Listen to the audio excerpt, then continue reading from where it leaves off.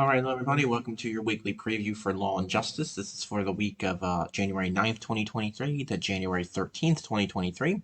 Important announcements here. My office hours are Monday 2 p.m. to 3 p.m. and Friday 2:30 p.m. to 3:30 p.m.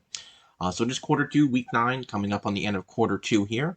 Monday in live class, we will identify, the legal requirements for tort law. You have the homework there as well with the understanding torts.